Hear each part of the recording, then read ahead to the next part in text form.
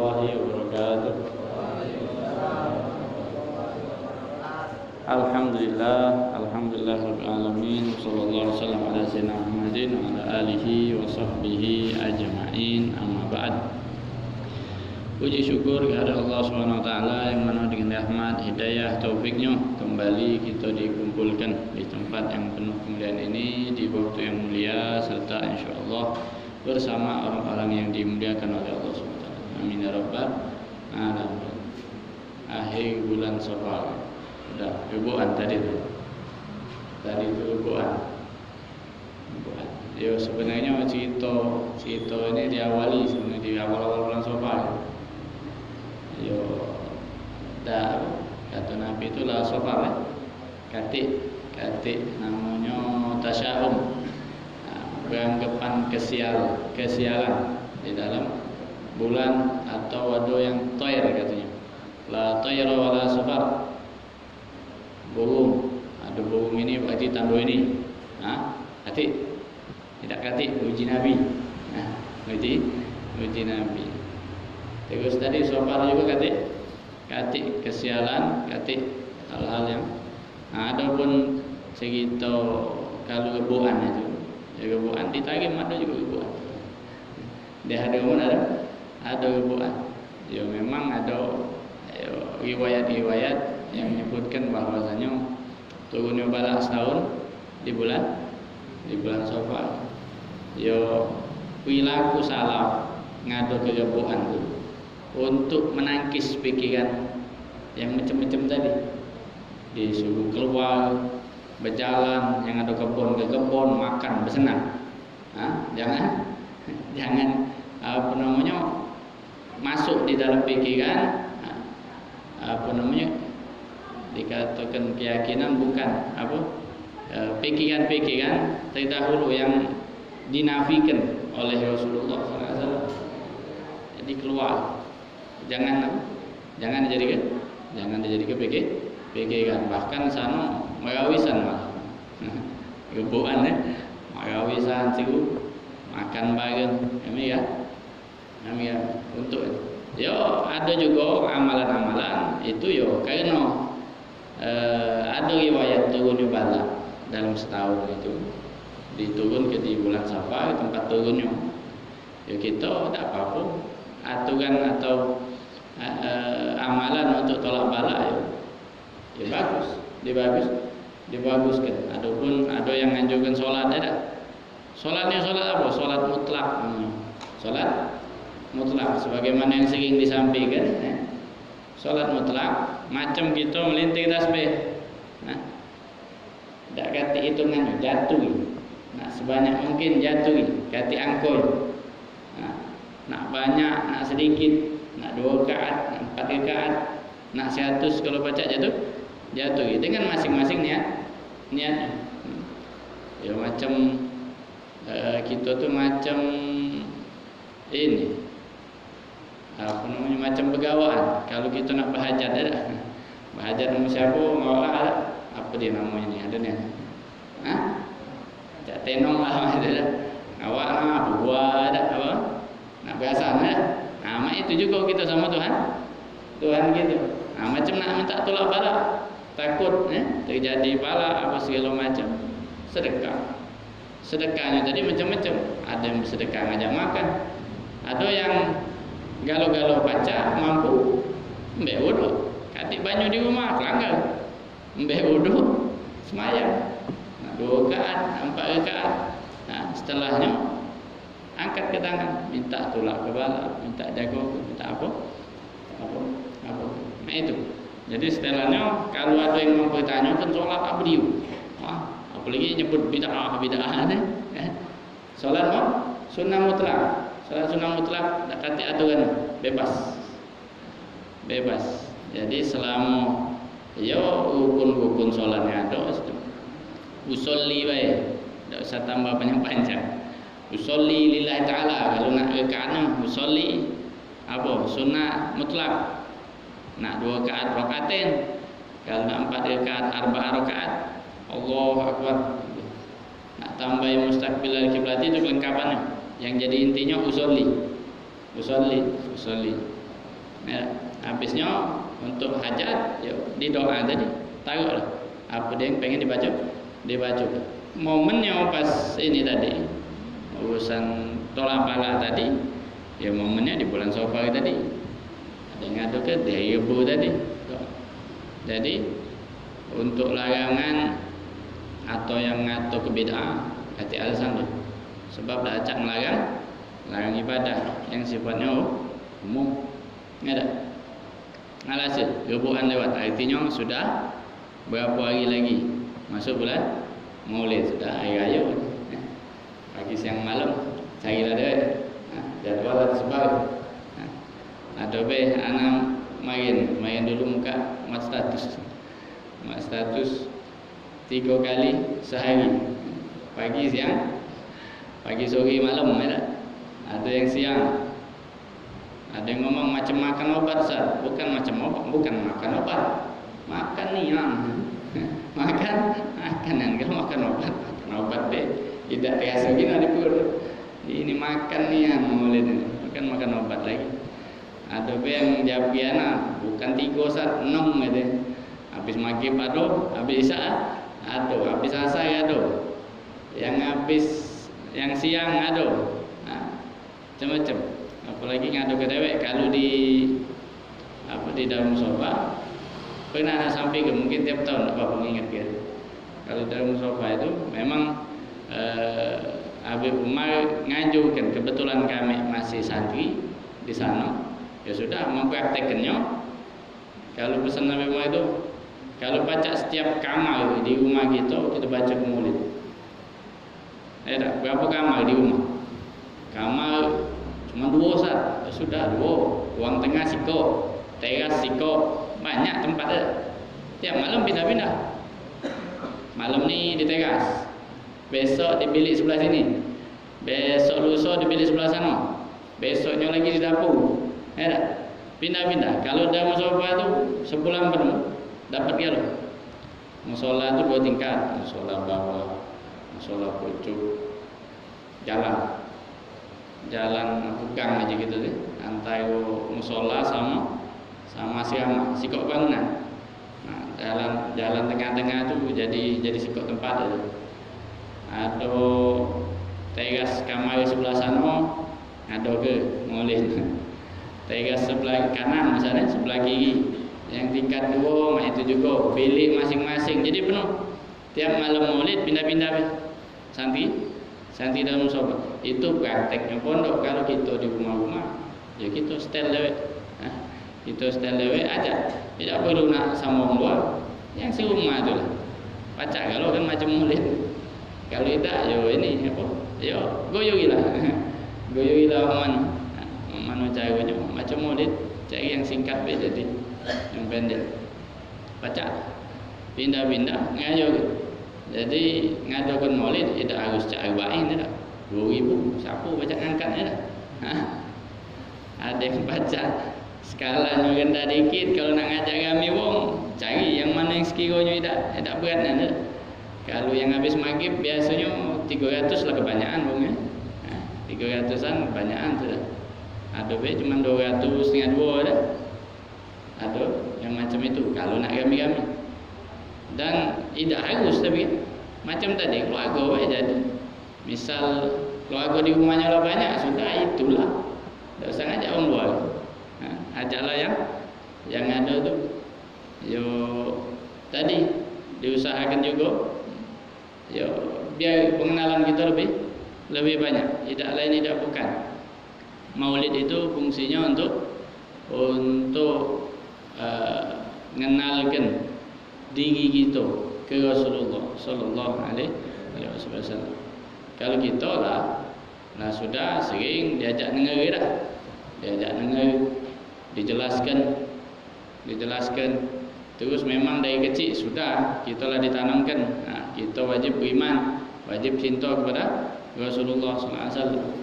Dengan banyak nyebut Rasulullah sallallahu alaihi wasallam, disebutkan manaqibnya, disebutkan sifat-sifatnya, kita nambah kenal, tambah cinta, tambah sayang. Di sisi lain banyaknya solawat kita, banyaknya perhatian kita ke yang sifatnya sholawat, pengenalan kepada Rasulullah SAW, itu banyak setoran nama kita. Setoran nama kita banyak Rasulullah SAW, sehingga Rasulullah SAW kenal sama kita. Itu yang jadi oncak, tujuan utama kita untuk bersolawat, untuk maulid. Ngapa? Malah dikenal. Sudah aman dunia akhirat. Aman. Oleh karenanya itu jadikan tujuan utama, biar hadir maulid, muat maulid. Jadikan tujuan utama biar Rasulullah kenal sama kita, sama anak kita, sama keluarga kita. Walhasil, persiapan malam Ahad ini. Kalau untuk arba'in, malam Ahad ini sudah dimulai di Sungai Bayas. Di Sungai Bayas, rumahnya Habib Abdullah bin Idus. Tak tahu nama gedungnya apa gedung Habib Ahmed gitu. Saya belum ada. Tak tahu. Ami Ahmad. Rumah apanya Ami Ahmad? Ami Ahmad Hamid bin Hamid. Insyaallah. Ya, insyaallah mudah-mudahan lancar gitu dari awalnya sampai penutupan daripada maulid yang diadakan di Palembang. Alhamdulillah. Alhasil itu sedikit hal yang berkaitan dengan momen waktu yang insyaallah bakal kita jalani bersama insyaallah. Melanjutkan daripada kajian kita taubat. Saya taubat kemarin kita tutup dengan kisah sahabat yang minta kisos, minta balas pada Rasulullah SAW.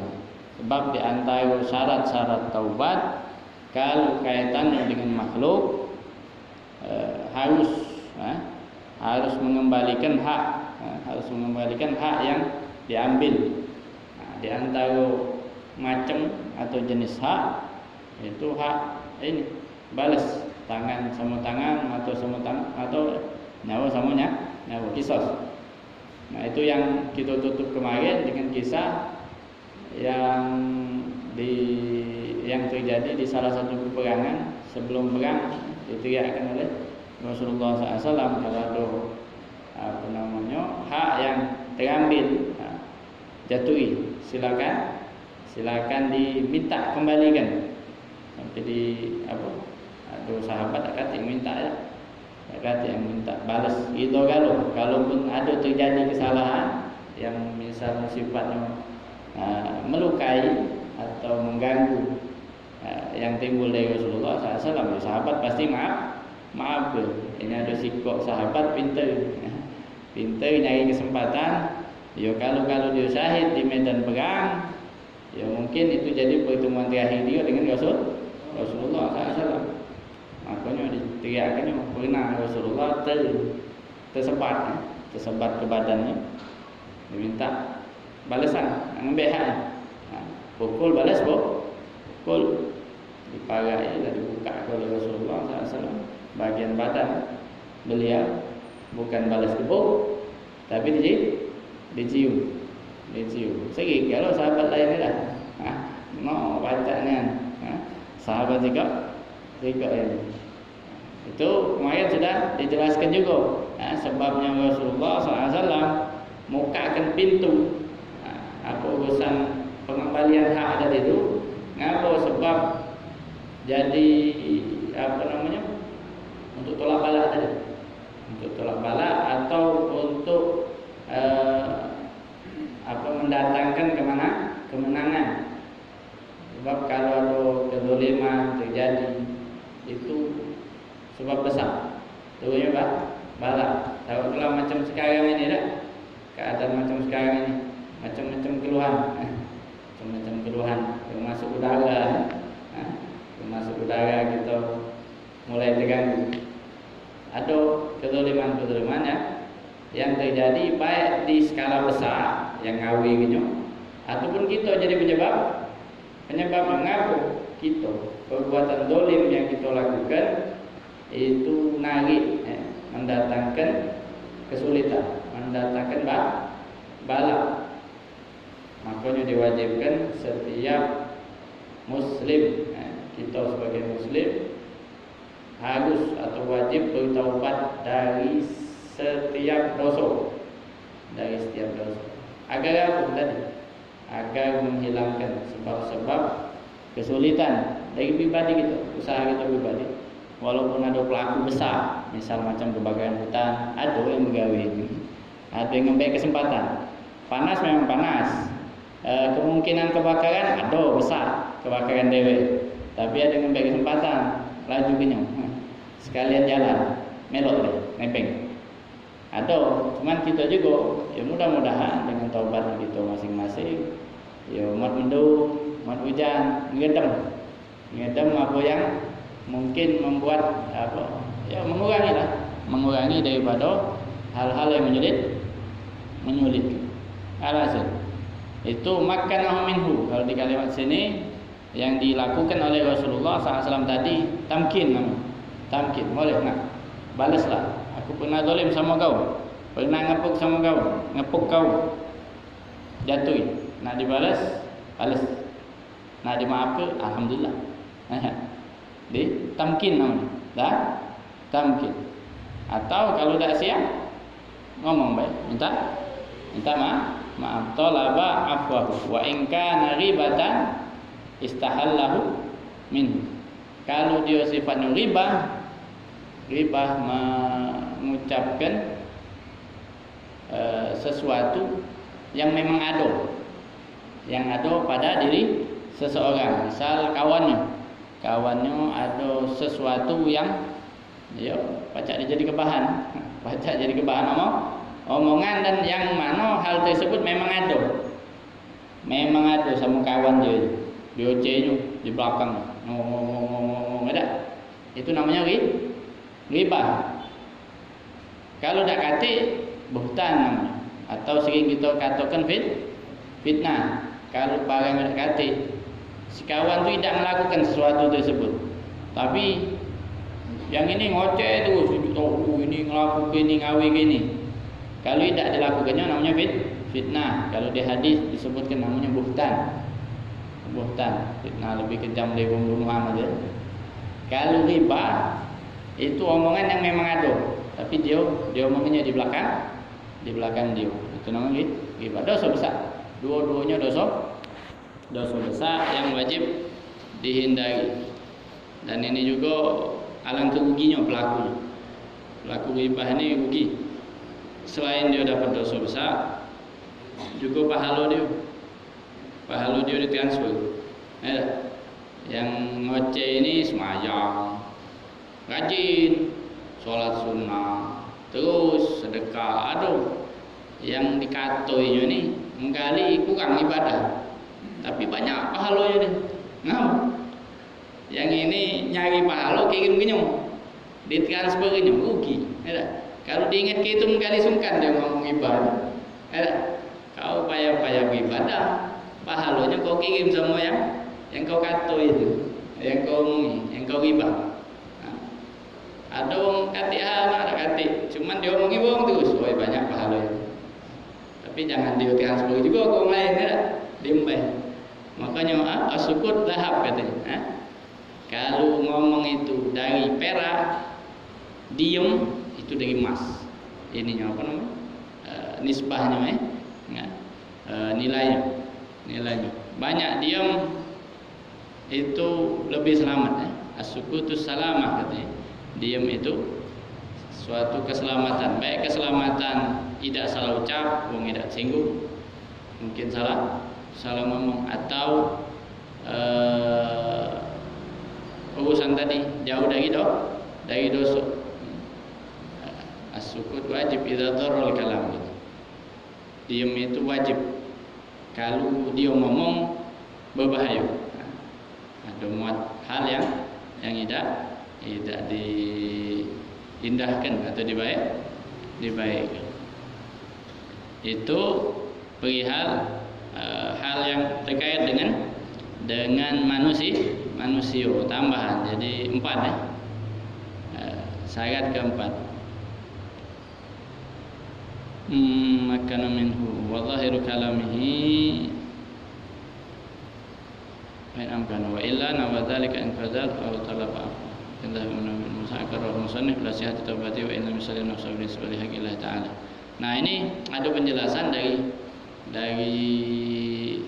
di antaranya Imam Al-Izz bin Abdissalam mengatakan tadi perihal taubat tadi, ini kan ada hakullah, ada haknya adami, ada haknya Allah yang mungkin dilanggar, ada haknya manusia yang dilanggar atau dimbek.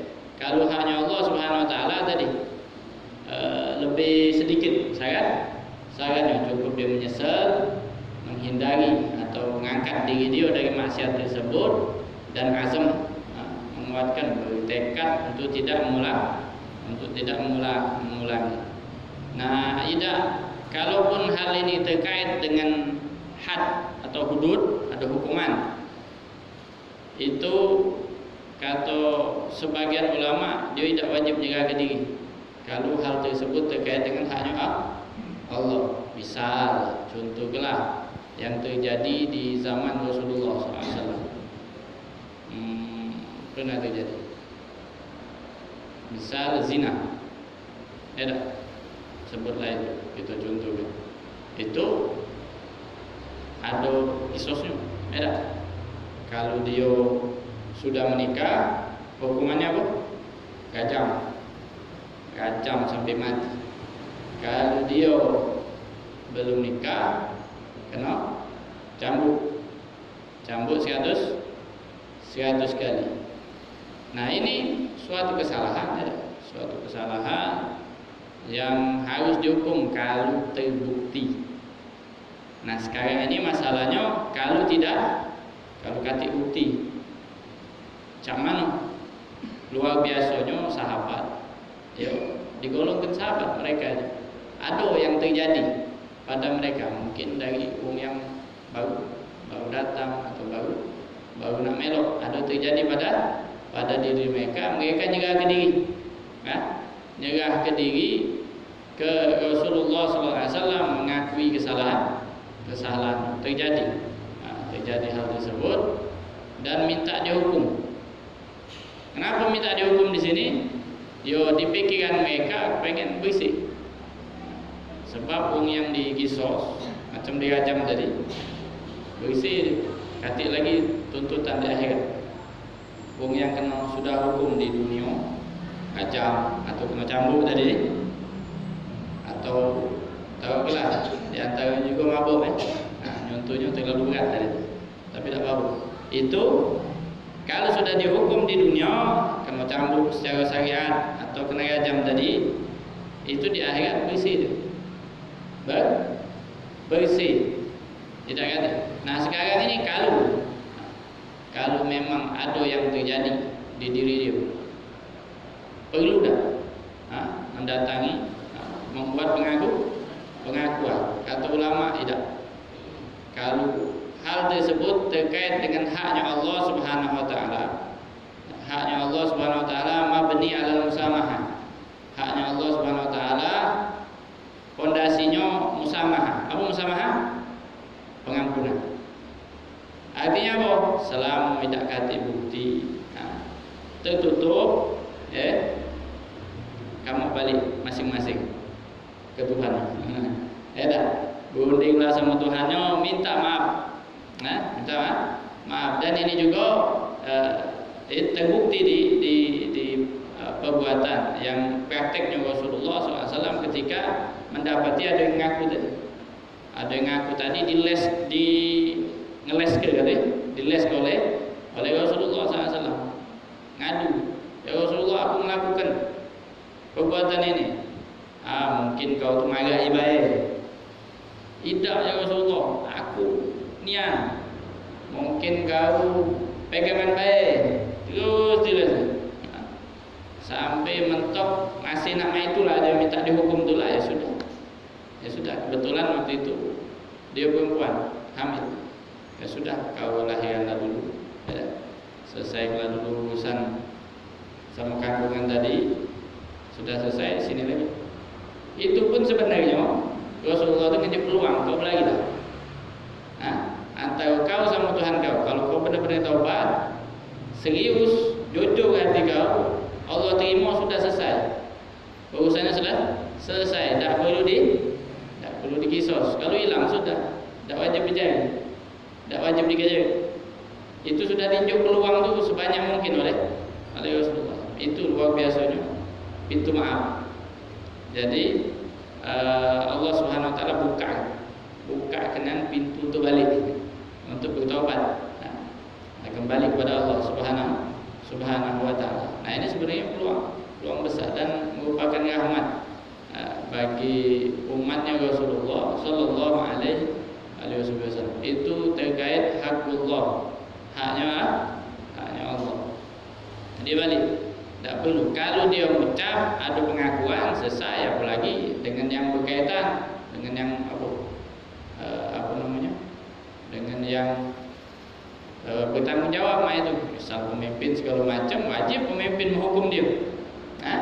Kalau memang terbukti, sudah katik jalan untuk lagi dia.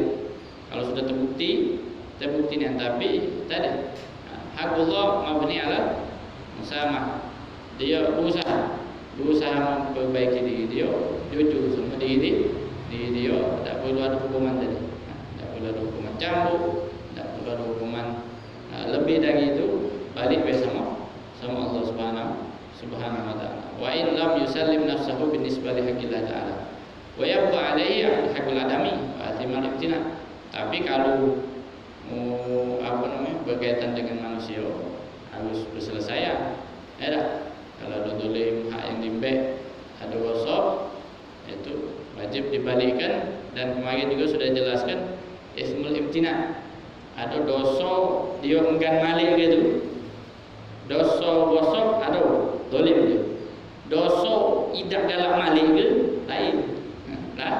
Lain. Selama masih ditahan dia, nak dibagi dia, dosa terus ngalih.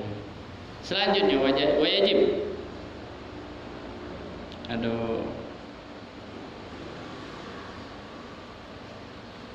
Nah, ada catatan ahlan sanad. Ada penjelasan tambahan dari ulama tentang pengakuan tadi, macam riba ada. Riba kalau terjadi kita nak minta halal ada. Minta halal ya gari wong yang kita oceh kita gari minta maaf, aku kena riba sama kau. Ada ulama mengatakan harus jelas apa yang diomong gitu. Tapi tidak seberat itu. Kalau memang pacak aman, kalau disebutkan. Kalau tidak omong kebaik, aku pernah riba. Nah, diunjuk catatan oleh ulama perihal riba ini. Kalau dia minta maaf itu kalau aman-aman baik dunia. Tapi kalau menimbulkan bahaya lebih besar, istighfar baik. Ngapa? Kau kalau ngaku, siksa yang kau, dianunya kau, bahkan menimbulkan hal yang berbahaya, baik di diri dia atau mungkin di kepemilikan dia, di harta dia atau di keluarga dia. Kalau hal tersebut bakal timbul, istighfar baik.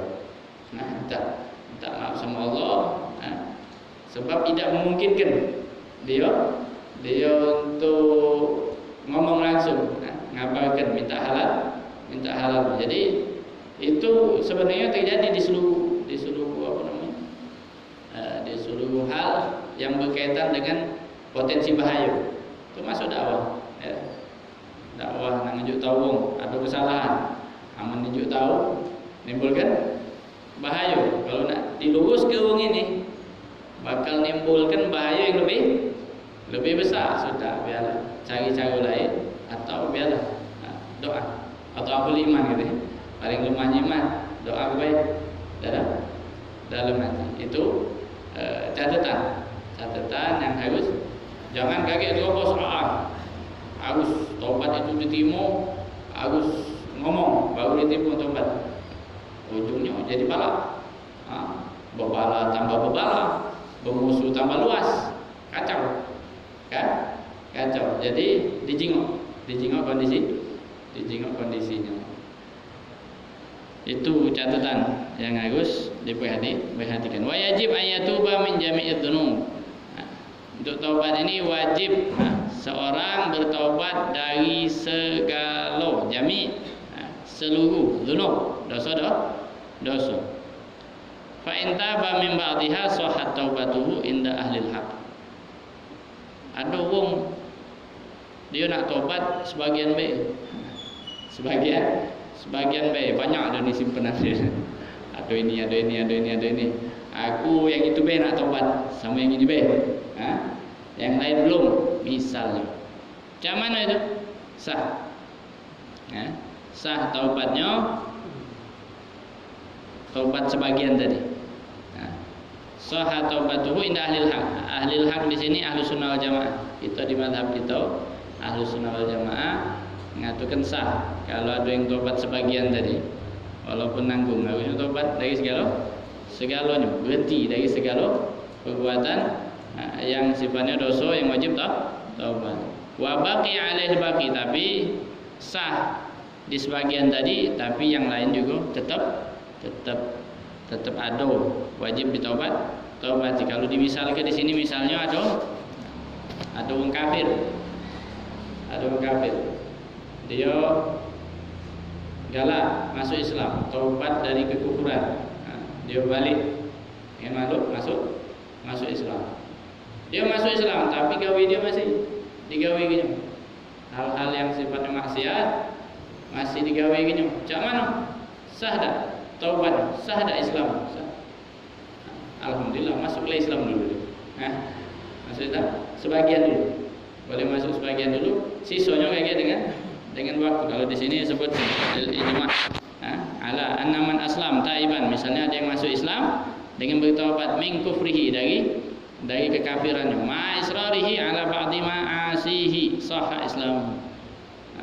Dia masuk Islam, taubat dari kekufuran, bersamaan dengan itu dia masih berkelanjutan dalam kemaksiatan, sahha Islam, sah taubatnya. Li kauni haqiqatiha laisa illa rujuk wan nadam wal azam. Sebab hakikatnya taubat itu rujuk kembali, nadam penyesalan, azam tekad untuk tidak mengulangi. Dapat di Islamnya dia sudah dapat, tinggal dia mengembangkan apa yang harus dilakukan. Tinggal PR dia taubat dari kemaksiatan, dari Islam sudah aman. Dari kekafiran sudah aman. Waqad tadhaharat dalailul kitabi was sunnah wa ijma'il ummah ala wujubi taubah. Untuk dalil-dalil kitab dan sunnah, dalil baik dari Al-Quran maupun hadis, tadhaharat, saling menopang. Banyak dalil Quran, ada dalil hadis, ada ijma'ul ummah, ijma' para ulama juga ada atas kewajiban bertaubat. Di antaranya ayat qala Allah Ta'ala wa tubu ilallahi jami'an ayyuhal mu'minun la'allakum tuflihun, dan bertaubatlah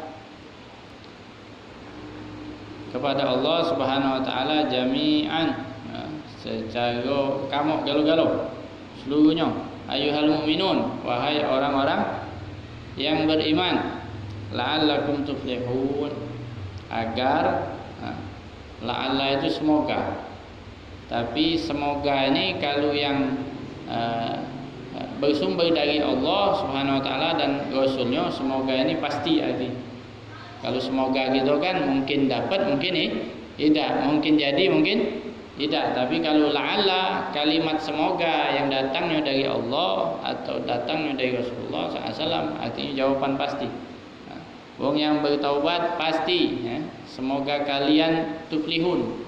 Tuflihun itu menang, bahagia, selamat dari hal-hal yang buruk. La'allakum tuflihun, pasti kalian selamat. Kalau nak diartikan dengan persis, la'allakum tuflihun, dengan taubat tadi.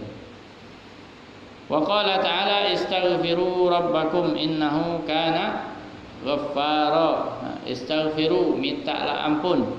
Di ayat lain disebutkan, istaghfiru, mintalah ampun kepada Tuhan kalian, summa tubu ilaih, kemudian bertaubatlah, istighfar, minta ampun, kemudian bertekad untuk tidak kembali kepada kemaksiatan tersebut. Di ayat lain, ya ayyuhalladzina amanu tubu ilallah taubatan nasuha. Ini innahu kana ghaffaran istaghfirukum tsumma tubu ilaih. Ada di ayat lain menyebutkan sifatnya Allah Subhanahu wa taala ketika disebutkan ajakan untuk meminta ampun, di akhirnya disebutkan innahu kana ghaffar. Sifat Allah Subhanahu wa taala ghaffar. Abdul Ghaffar al-mubalaghah bi'tibaril kam gitu. Mubalaghah, sifat penamaan yang luar biasa. Macam kalau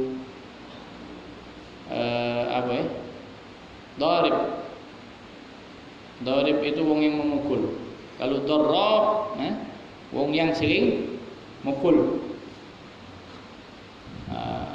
Nah, Ghaim billail, wong yang qiyamul lail, wong yang berdiri di akhir malam, salat malam. Qawam, kalau disebut qawam artinya apa? Yang sering atau yang selalu menunjuk mubalaghah, yang sangat lebih, perlakuan yang lebih atau perbuatan yang banyak. Bi'tibaril kam, dari jumlah. Ghaffar di sini dari dua sisi. Kalau nak diartikan, Allah Maha Pengampun dari dua sisi. Dari satu sisi Ghaffar, sifat yang banyak tadi, dari sisi yang diampunkan banyak. Arti Ghaffar, pengampun untuk banyak hamba-hambanya. Di sisi lain apa? Pengampun Ghaffar yang sering mengampuni dan tidak hal yang diampuninya yang banyak. Fayaghfiru shaghair wal kabair. Allah mengampuni dosa-dosa yang kecil, juga dosa-dosa yang besar. Wal fawahish, dan hal-hal yang keji. Innallaha yaghfiru dzunuba jami'an. Sesungguhnya Allah mengampuni dosa seluruhnya. Seluruh dosa. Apa faedah dari penyebutan penjelasan yang banyak disebutkan ini? Ya, faedahnya menunjukkan besarnya, luasnya pintu pengampunan Allah Subhanahu wa taala. Jadi katik cerita aku lah banyak dosa, tak mungkin lagi diampuni, itu katik tutup babnya.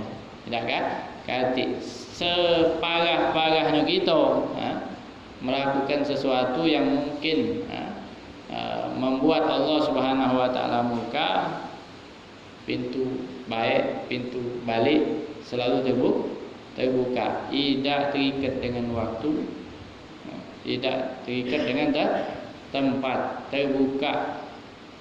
Tertutupnya kapan? Kalau matahari terbit dari barat atau timur? Barat. Atau nyawa sudah di ghargharah, sudah di gonggongan, sudah katik lagi. Itulah kalau sudah kiamat apa-apa tutup katik pintu taubat. Tapi sebelum dua tempat tadi terbuka, siapapun nak balik selalu terbuka, dan Allah lebih cepat dan lebih senang menerima taubat kalau ada kemauan dari hamba-Nya. Wa qala ta'ala, dan Allah Subhanahu wa taala berfirman, ya ayyuhalladzina amanu tubu ilallahi taubatan nasuha. Di ayat lain Allah berfirman, wahai orang-orang yang beriman, bertaubatlah kepada Allah Subhanahu wa taala dengan taubat nasuha. Apa itu taubat nasuha? Ulama beragam artikel tapi ujungnya sama. Ujungnya sama. Taubat nasuha. Apa dia taubat nasuha? Sebagian mengatakan taubat dari suatu dosa, kemudian dia tidak balik lagi ke dosa tersebut. Sebagaimana apa namanya? Di sini disebutkan ya'udul laban la ya'udul laban ila dharar. Seperti susu yang keluar dari tempatnya. Dharar itu payudara lah keluar dah pacak masuk lah, dah pacak masuk lagi. Mak itu. Taubat tidak melakukan suatu, tidak kembali lagi ke situ, ke perbuatan atau maksiat tersebut, seperti susu tidak pacak kalau sudah keluar dari payudara tidak pacak baliklah, tidak pacak balik lagi. Itu di antara pengertian daripada taubat nasuha. Ada lagi yang mengatakan apa? Taubat nasuha adalah